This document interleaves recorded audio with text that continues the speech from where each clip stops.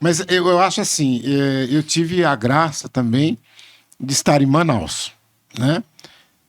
Se perguntasse para mim hoje o que eu mais gostei em Manaus, no Amazonas, porque também visitei outras cidades ali, o povo. É um povo que é diferente. Com certeza. Eu penso assim, para você que não conhece o Manauara, é um povo muito acolhedor. Eu ficava assim, olhando assim, eles não sabiam o que fazer com a gente. É claro, é uma cultura muito diferente, né, padre? Uhum. Assim, costumes, etc. Eu não sei se ainda é assim, mas eu lembro que lá eles fechavam o comércio. Ficava até quase 4 horas, 3 horas, não sei. Dizem que era por causa do calor, mas eu falo assim, é uma coisa que lá é muito quente mesmo, né? Mas na cidadezinha do também se fechava para horário de almoço e tal. Mas eu falo assim, quando a gente chega na paróquia, e eu me lembro a forma como eles tratam a gente, eles não sabem o que fazer com a gente. Aquela alegria, é uma coisa assim muito bonita, muito. Porque nós estamos aqui, e como o senhor disse dos anjinhos, de repente nós temos missa. Teve um dia que eu tive a paixão de sentar e contar. Quantas missas, eu não sei hoje quanto tá, mas eu sentei quantas missas nós temos entre sábado e domingo, os finais de semana, na cidade de Batatais. Eu sei que na época que eu contei lá, dava mais de 30. Era uma coisa assim. Então, Por final de semana, então, em Batatais. Então o senhor tem assim, missa 7 horas da manhã, é missa 8, é missa 8h30, é missa 9 horas, é missa 9h30, é missa 10 horas, tinha até lugar que tinha missa às 11, depois missa às 5, tem missa às 6, missa às 7, era 7h30, voltou para 7, sábado às vezes tem missa no cemitério de tarde, às vezes tem missa às 5 horas numa, 5h30 na outra, 6 horas na outra, 7 horas na outra, 7. Então, quer dizer, e a gente não dá valor nisso. Então, de repente, aquele povo, parece aquela sede deles, porque nessas comunidades ribeirinhas, às vezes, não é nem mensal, é mais que isso, né? Às vezes. Então, eles valorizam isso, coisa que nós não valorizamos. Então, aquela alegria deles de ter o padre, de ter a presença da igreja. Porque igreja eles já estão ali como igreja, mas a presença do pastor. Então, acho que a gente devia parar e pensar nisso, né? Eu guardo no meu coração essa alegria, né? Poderia citar tantos nomes de lá, eu sempre guardo muito o nome do Sr. Jorge, que eu estou na Cliupe. Né? O que aquele povo fazia pra gente, eu não sei se eles continuam ainda, né? Estão na paróquia, né? Agora, no final do mês, eles vão estar por aqui. Vão vir. Não é porque eu falo porque ele ficou doente também e tal, mas então a gente vê que isso deve servir para nós, que estamos aqui, que às vezes temos tudo e que não valorizamos. Que esse povo faria para ter o padre, e a gente tem o padre, a gente tem as comunidades, tem as celebrações, ou não vai, ou não valoriza, é muito complicado isso, né? Então, eu destacaria isso, né, em relação à coisa. Eu gostaria também que o senhor falasse uma festa que me chamou muita atenção lá, o senhor já deve ter participado, Pentecostes. Como é isso? Porque é muito grande, não é? Eu Com fico certeza. a preparação de tudo aquilo ali, estrutura. É uma tradição de Manaus. Da Arquidiocese de Manaus de reunir todos no domingo de Pentecostes à tarde, para que todos possam celebrar. Aí a celebração acontece no Sambódromo, cerca de 80 mil pessoas. Então se reúnem e é uma experiência muito bonita. 80 mil pessoas numa única celebração. Isso. Meu Deus. Então é muito, muito bonito. É um momento, assim, a primeira vez você fica encantado, né? Que você vai principalmente na procissão de entrada, né? Você faz uma caminhada aí de procissão de entrada de 400 metros e aquele povo cantando. Você fica impressionado mesmo. É uma estrutura muito grande e demonstra muito a fé do povo nessa presença, nessa participação. Então, eu acho que o clero todo reunido, então é algo muito marcante. Marcante, claro que acho que as facilidades de ser uma capital, né? Claro que tem boas distâncias do Sambódromo a muitas paróquias, mas diferente da nossa arquidiocese aqui, que são cidades muito afastadas, né? Mas agora começou uma bonita iniciativa, né? De celebrar também, né? Teve aquela concentração arquidiocesana no Bom Jesus, da Lapa, né? Sim, esse ano passado. Então, Ano passado, mas é a questão, né? Eu lembro até que comentar uma vez no Moacir é questão de sempre fazer. Que ele depois participou de um Pentecostes lá? Sim. Então ele vai sempre percebendo, né? Então vai sempre percebendo essa... E é importante porque a gente brincava com um entrevistado e falou assim: eu não sou bom de geografia. Eu falei: eu adoro geografia. E o senhor queria fazer história, eu acho bonito também, mas eu acho que eu não faria, que é mais complicado, eu acho, para estudar. Mas, às vezes, quando a gente fala de Manaus, as pessoas não sabem, nem tem noção. Porque hoje, infelizmente, também a gente sabe que, às vezes, as crianças terminam a escola, às vezes não sabem nem escrever direito, dependendo da série que está. Aí, para falar Manaus, a pessoa pensa que, às vezes, é uma cidade pequenininha, ou que está lá, não sei onde, não sabe nem a localização. E a gente precisa entender que Manaus é uma cidade, primeiro, cosmopolita. A gente precisa entender, por exemplo, para que você que aqui na nossa região tenha uma ideia, em termos de população, Manaus é 3 vezes mais que Ribeirão Preto. Seria como se você juntasse 3 Ribeirão. Imagina que tamanho que é isso. É uma cidade muito grande, né? E por ser capital, ela tem toda uma estrutura que muitas cidades do tamanho dela que não são capital não têm, ou que são parecidas com ela. Então a gente precisa entender isso, que é uma cidade cosmopolita no aspecto também de ter muitos estrangeiros, né? A cidade tem muitos estrangeiros, seja europeus, sejam ali dos próprios países sul-americanos que estão ali próximos, etc., né? Então é uma cidade muito interessante, muito culturalmente muito rica. Com certeza. Uma cidade. Então é uma experiência que vale a pena. Eu acho que você está alicerçando esse início de ministério, que já não é tanto início, já são 3 anos, né? Verdade. De uma forma muito bonita, na missão, assim, uma terra assim tão rica de tradições como Manaus. A própria cidade, ela tem por volta de 2 milhões e 200 habitantes. É uma cidade, assim, que até saiu uma pesquisa há uns meses atrás, dizendo que uma das maiores, é uma das cidades que tem mais favelas. Mas Então você percebe que onde ela vai crescendo, a maioria são todas invasões. O pessoal acaba invadindo, constrói lá a sua casa e depois as coisas vão... Aí vem a prefeitura e tenta regularizar e fazer o que pode. Então ela cresce muito, principalmente na zona leste. E aí a questão da violência, do tráfico, essas características de cidade grande carrega todas. Com certeza. Inclusive tem como a do Norte.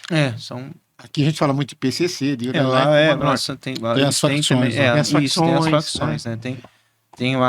Tem o PCC, tem o Comando Vermelho também, e tem a Família do Norte. A Família do Norte, isso, não é Comando do Norte, né? A Família do Norte. É a Família do Norte. Então, volta e meia, você acaba se deparando com isso, né? Tem uma avó que perdeu os 2 netos ali, foram levados aí fizeram uma armadilha para eles aí por causa de tatuagem, de facção. Porque hoje em dia, hoje gesto, você não pode fazer mais gestos, né? Então, cuidado com os dedos agora. Então, são coisas complicadas. As pessoas não sabem, né? Não tem o conhecimento Às geral. vezes vai sem saber. Totalmente, né? Mas é uma cidade muito boa, o trânsito é um pouco caótico. Eu não tive coragem de dirigir Manaus. Eu me acostumei. Eu não nego. Lá na Betânia é a lei de quem entra na frente. Então, se você ficar parado, ninguém para pra você, não. Não. Então, você tem que socar o carro na frente. Tipo aqueles trânsitos que a gente vê na internet, na Índia. Eu falei, parece que sinal vermelho para eles é pare. Então, você vai, dá uma paradinha. Ninguém para, não. Então. Outro, né? Pelo menos eu aprendi assim, quando você dá seta, você tem que dar prioridade para quem tá dando seta, porque vai virar, então você diminui pra virar. Ah, não, se você deu seta, aí que o cara avança mesmo. Deixa eu passar primeiro, então, você pode atrapalhar ele. É desse jeito. Então é um trânsito muito complicado. E agora lá, o cardeal tá tentando fazer todas uma mudanças para reestruturar melhor. Porque lá eles têm a questão de paróquias e áreas missionárias. A paróquia é o mesmo padrão nosso aqui. É igual. Isso. Agora, a área missionária, as comunidades são independentes. Tem, é claro, que uma questão do pároco, mas tem uma certa dependência da questão administrativa. Mais do que a paróquia?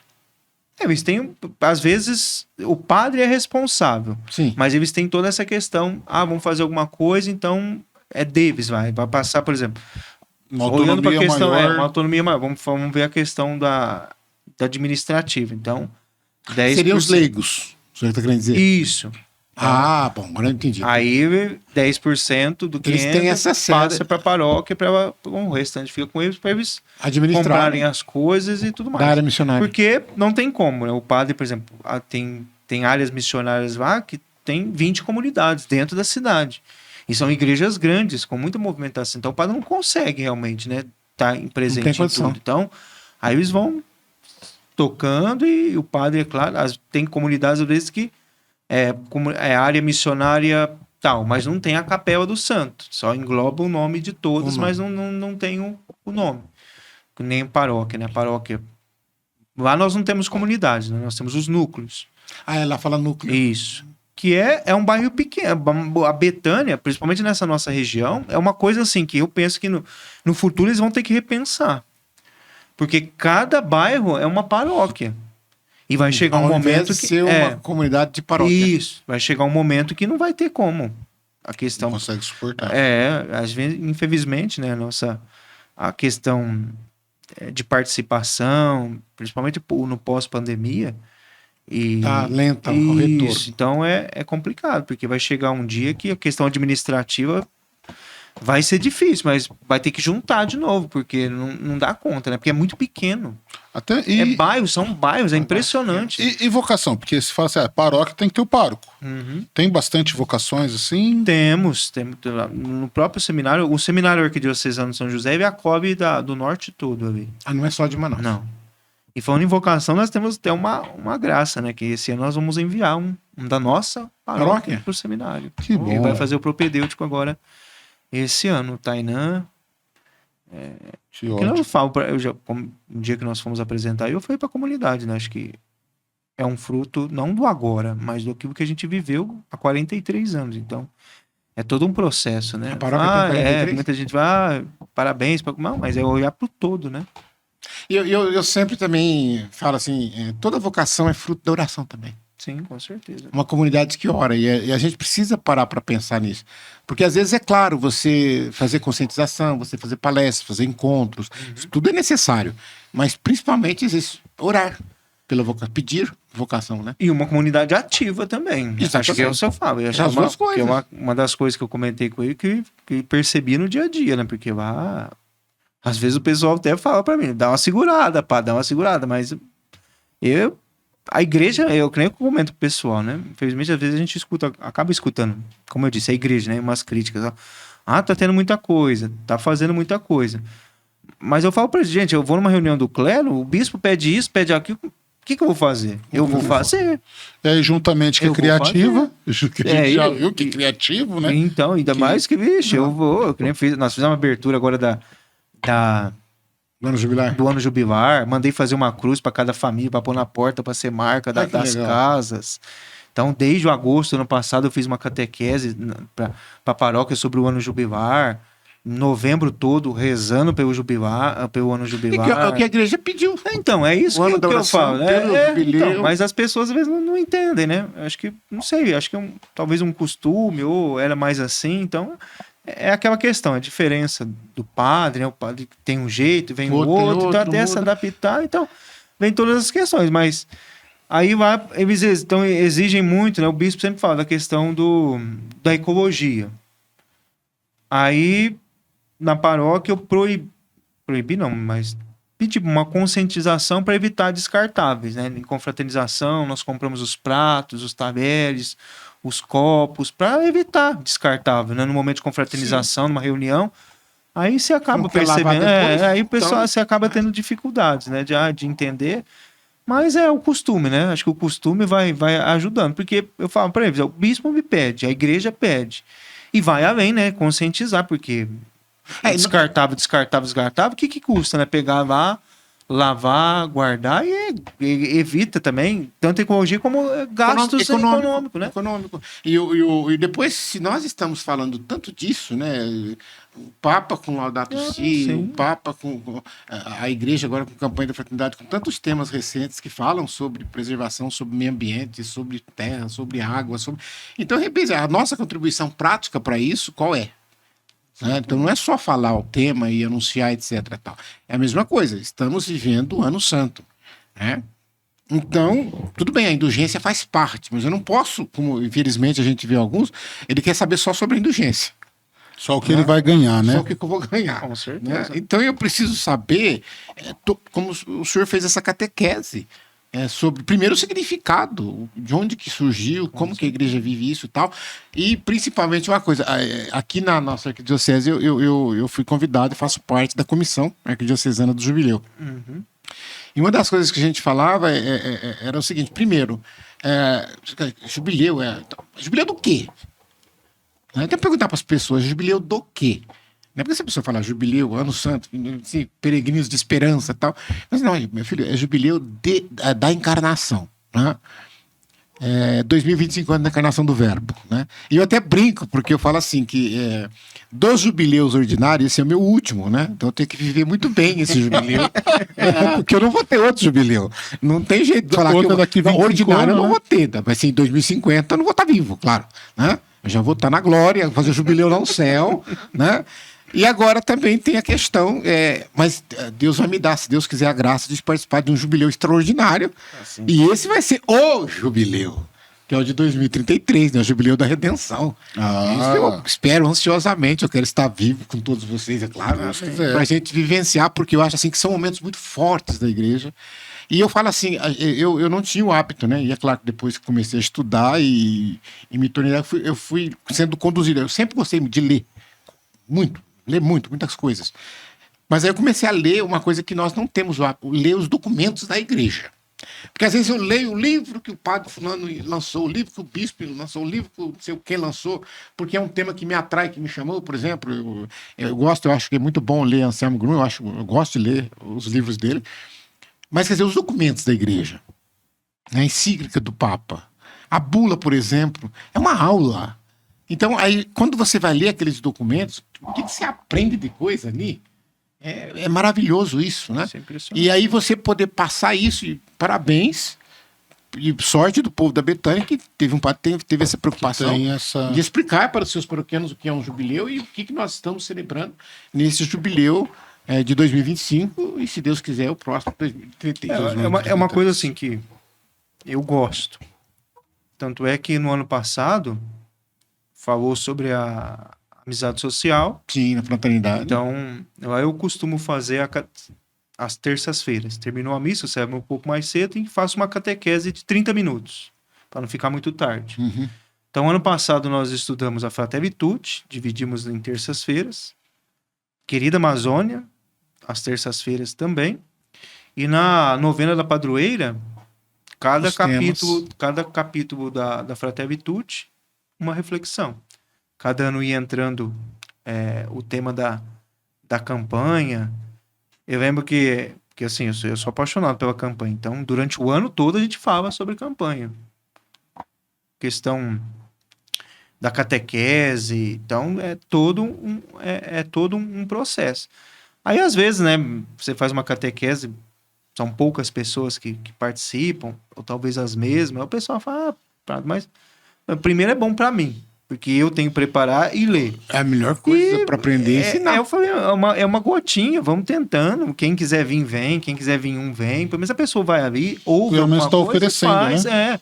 Então, e assim, eu, por exemplo, os dogmas marianos, já estudamos. Ah, que beleza. Todo mês de setembro, a gente faz estudos às sextas-feiras do livro que pede. Então, vamos seguindo, acho que é isso. E o que o senhor está mostrando, além de estar estudando, porque tem muita gente que estuda também, mas não está estudando o que a igreja está falando. Com certeza. Isso é comunhão, né? É comunhão, está fazendo aquilo que você está em sintonia. Eu, por exemplo, quando nós participamos aqui da abertura do ano jubilar da nossa igreja aqui particular de Ribeirão Preto, Eu me emocionei muito de ver muita gente e tudo, e participando, e caminhando com o bispo, com todos os padres, etc. Depois a missa, observando tudo aquilo que a igreja pediu para fazer, foi feito, etc. Tal. E aí depois, eu cansei muito, porque minhas pernas já não são lá essas coisas, né? E era domingo, né? Quando foi à tarde, à tarde não, minto, à noite, eu estava na sala e a esposa estava foi pro quarto e eu comecei a mexer no canal do YouTube e eu comecei a assistir em vários lugares a abertura do Ano Santo nas arquidioceses. Eu, por exemplo, me detive muito a Brasília, ao Dom Paulo César, que eu conheço muito, e eu vi. E que coisa bonita, porque eu falei assim, gente, todas as igrejas particulares do mundo, todas as dioceses do mundo, estão fazendo a mesma coisa. Todas, então, que você via ali o Rio de Janeiro, você via Campinas, você via lá Porto Alegre, aí de repente você está lá Paris, na França, Espanha. Isso significa comunhão. Está falando a mesma coisa. Então, quando você... eu falo assim, seria muito triste, por exemplo, você chegar... É claro, não é para todo mundo que sair na saída da porta de uma igreja você perguntar o que é Fratelli Tutti, que vai querer 100% de acerto. Não é isso. Mas pelo menos 2, 3 pessoas falam o que é. Agora é triste você chegar e ninguém nunca ouviu falar, não sei o que é isso. É de comer? É um prato italiano? Não. Então, quer dizer, quando você dispõe a ensinar, não precisa que toda a paróquia vá, né? Uma parte da paróquia foi na Fratelli Tutti, outra parte da paróquia foi nos dogmas, e isso vai fazendo o conjunto acontecer. Então, parabéns por essa iniciativa. Não sei se é uma mania, mas eu gosto das coisas muito bem organizadas, então eu antecipo tudo. Então, já estava até pensando já, porque agora, esse ano todo, de ano jubilar, nós vamos fazer o jubileu das pastorais e movimentos. Então, cada pastoral e movimento escolheu o seu dia, uma celebração, para nós fazermos o jubileu de cada pastoral, movimento, serviços e núcleos. Os núcleos vão fazer o jubileu deles nas datas dos padroeiros. Uhum. Agora, cada pastoral, movimento escolheu a sua data. Então, aí já estamos vendo, né, para fazer metade de uma vela com o logo para dar para cada pessoa da pastoral, para que ficar marcado mesmo na vida de cada um. A questão, fora isso, né, o jubileu das mulheres, nós marcamos, o jubileu da família já está na nossa agenda, o jubileu dos carcerários, que nós vamos, não sei ainda o que nós vamos fazer, mas nós vamos fazer ou seja um gesto concreto de mandar bíblias, terços para eles, ou de montar alguém para a gente fazer uma visita. Então, a gente então pastoral. É isso, é que eu sempre falo, acho que eu me sinto assim, tem a cobrança da igreja, mas é um dever de fazer isso, né? Porque senão não tem sentido. Imagina um ano jubilar desse, com tantas graças que a gente pode aprender e viver. Só que eu sempre falo pro pessoal, isso exige trabalho, exige dedicação, exige esforço, exige dinheiro para fazer certas coisas, mas nós não podemos deixar de fazer essas coisas, gente. Acho que o pecado maior do padre é sempre esse, eu ficar omitindo as coisas. Então, as coisas que têm que ser feitas porque temos que realmente fazer. E o senhor tocou numa coisa interessante, que é o gesto concreto. Por exemplo, numa das últimas reuniões, o nosso arcebispo do Macedo foi muito claro. Por exemplo, quando o jubileu, eu lembro que do enfermo, é claro que do cárcere ele vai em todos celebrar, mas quando ele falou do enfermo, ele falou assim, que gesto concreto poderíamos? Porque se eu for celebrar, vamos esquecer a celebração por um momento, no sentido de que se eu fizer uma missa e falar que é o jubileu dos doentes, talvez venham os agentes pastoral que trabalham na pastoral da saúde, etc. E tal. Ou talvez os mestres que levam a Eucaristia. Mas e o doente? Ele não vai vir. Ele está acamado, ele está hospitalizado, ele está isso, aquilo outro. Então, que tal se nós fizéssemos uma parte de visitar um doente? Bater um papo, conversar, etc. Tal, e depois relatar isso. No final, não por questão do número, mas a gente saber quantos doentes nós atingimos, etc. É um gesto concreto. Sim, é uma coisa belíssima, né? Sim. Eu lembro que a primeira vez que eu encontrei o Dom Leonardo foi umas coisas que ele me cobrou. Claro que de todo padre, mas visite os doentes, né? Esteja presente na vida dos doentes. Então, a partir dessa fala dele, eu sempre busco. Então, na nossa comunidade, temos os momentos fortes da igreja, então, que a gente procura viver. Por exemplo, na Semana Santa. É a semana toda de levar o crucificado. É a imagem do crucificado, mas é muito além de que isso, né? Uhum. A semana toda de visitas para levar o crucificado àqueles que não tiveram oportunidade na Semana Santa. De ir na Semana Santa. Na Páscoa, o Círio Pascal. Vamos levar o Círio Pascal aos doentes. E diante desse momento, tem sempre um momento de oração. Na festa da padroeira, o quadro da imagem da padroeira. Vai ter um momento de oração. Que é o símbolo. No Natal agora, é a imagem do Menino Jesus. Jesus. A semana toda da oitava, nós fomos visitar os enfermos levando a imagem do Menino Jesus. Repito, né? Tem a imagem, mas tem sempre um roteiro com uma oração, com um momento. Não é um só levar, né? Não é só... vai muito além disso, entendeu? Então, agora, já estava até organizando umas coisas esses dias. Mês que vem é a 33ª semana dos enfermos. Sim. Então vai ter o jubileu dos enfermos. A semana toda nós vamos fazer as visitas e tem uma missa. Que vai ser o jubileu dos enfermos. Que aí nós movimentamos toda a comunidade para buscar os enfermos, né, aqueles que têm condição de sair de casa, levar de volta, leva a igreja para depois voltar. Então, porque muitos não vão porque não tem condução, não pode caminhar, né? Eu acho que a gente vê muito essas questões das semanas, que são marcantes, né? Semana dos enfermos, dos idosos, semana dos pobres. Todas essas semanas nós movimentamos a comunidade. Semana missionária. Dá bastante trabalho demais, é isso aí. É uma realidade muito própria, né? Como eu disse no começo, como o senhor me corrigiu, longe para nós que estamos aqui. Como a gente já disse lá atrás, né? Imagino que você nunca tinha pensado na infância, na adolescência, em seguir o sacerdócio. Imagino eu que dirá viver uma experiência dessa missionária tão distante, né?